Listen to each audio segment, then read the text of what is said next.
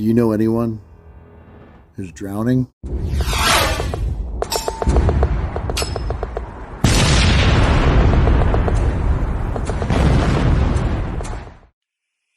Next mission, team now.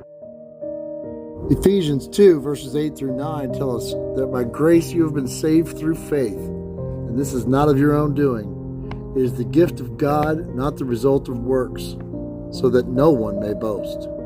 A foolish man once said, "Only God can sink this ship." He was talking about the Titanic.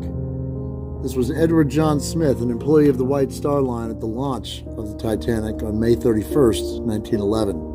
Many things are notable about the tragedy, but we know of 8 individuals who not only clung to their faith, but used it to help others that night. 5 Protestant ministers and 3 Catholic priests went down with the ship, but not before leaving their mark on both the survivors and the victims of it. And I'm going to tell you about one of them. This, my friends, is the true heart of the ocean. In 1906, a young Scottish pastor lost his wife Annie during childbirth. Their daughter would survive though. 6 years later, in 1912, he was invited to preach at a church in Chicago. So he jumped at the opportunity to take his young daughter, now 6 years old, on the most luxurious ship in the world. Multiple survivors would marvel at how faith-filled and what a kind man John Harper was, never missing an opportunity to share the gospel with his fellow passengers and crew. April 15th, 1912, the day of infamy. That fateful night, after tucking his young daughter into bed, Pastor John Harper sat down to read his Bible just as he did every night. At 11:40 that same night, the unthinkable happened, and thousands quickly came to realize the horror of their inevitable fate. In the ensuing chaos, Harper wrapped his daughter in a blanket and moved directly to lifeboat number 11. Handing his child over to the others in the boat, he kissed her, saying, "Please take care of her," realizing this would be the last time he ever saw his precious baby girl. Soon after, witnesses would see Harper taking off his life jacket, offering it to a fellow passenger. In the middle of all this chaos, he did something quite strange for the moment.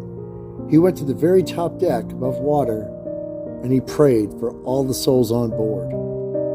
2:40 in the morning, the ship goes under, leaving over 1,000 people in the water desperately fighting for their lives. Consumed by the icy waters and slipping into hypothermia, John Harper was seen swimming around from passenger to passenger, urging with them, pleading with them to ask forgiveness for their sins. 1916, 4 years after the Titanic sinks, there is a meeting in Hamilton, Canada. A young man arose at this meeting, and this is what he said. "I am a survivor of the Titanic. When I was drifting alone on the spar that awful night, the tide brought a man, John Harper of Glasgow, on a piece of wreck near me. 'Man,' he said, 'are you saved?' 'No,' I said, 'I am not.' He replied, 'Believe on the Lord Jesus Christ, and you will be saved.' The waves bore him away, but strange to say, brought him back to me about an hour later, and he again said, 'Are you saved now?' 'No,' I said, 'I cannot honestly say that I am.' And once again Harper cried out, 'Believe in the name of the Lord Jesus Christ, and you will be saved.' And then, succumbing to the cold, John Harper's body slipped below the icy cold waters of the Atlantic and into eternity. And there, alone, with 2 miles of water beneath me, I believed. I am John Harper's last convert." The ferry office in Liverpool shipyard posted a sign comprised of 2 lists: known to be saved and known to be lost. Warfighter Nation, there are only 2 classes of people in this world: the saved and the unsaved. When the dust settles and the smoke clears, at the end of the day, or should I say at the end of our days, that is all that will matter.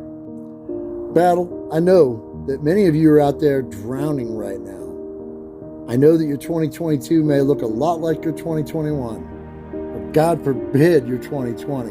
And it's only the first week. But I can tell you this. Of those that John Harper ministered to on that cold night in 1912, some did perish. But they were given a choice that boils down to this. When you die, do you want to die forever? Do you want to live in eternal peace in the glory of God forever? Many of us have faced life or death scenarios, much like the passengers that night. They had a choice, and so do we. So what will you choose, Warfighter? But instead of only doing it when we're dying, let's try doing it while we're still here. We all know somebody who's drowning. Love you guys. That's it for this message. You've got your spiritual chow. Pass it on to the next troop. Next mission, time now. Didn't think I'd forget my Red Friday, right? Come on, you gotta get up earlier than that.